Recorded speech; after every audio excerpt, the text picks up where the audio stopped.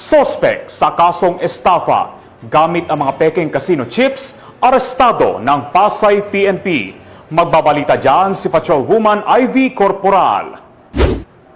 Naaresto ng Pasay City Police Station ang isang 58 anyos na lalaki na sangkot sa 20 milyong estafa gamit ang peking casino chips na ginamit sa isang huwad na baccarat investment scheme. Batay sa investigasyon, inalok ng suspect ang biktima ng umano'y investment sa baccarat gamit ang casino chips na sinasabing nagkakahalaga ng $400,000.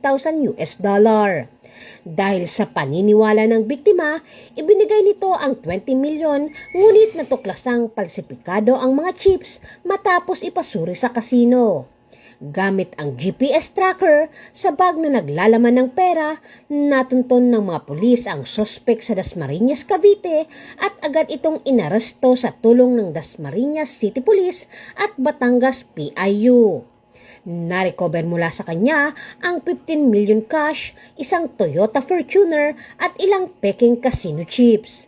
Nahaharap na ngayon ang suspect na kinilalang sa alias Bobby sa kasong estapa na isasampa sa Pasay City Prosecutor's Office. Mula dito sa Camp Bagong Diwa, Bikutan, Taguig City, ako po ang inyong PNN correspondent, Patrolwoman Ivy Corporal, alagad ng batas, tagataguyod ng Balitang Pulis.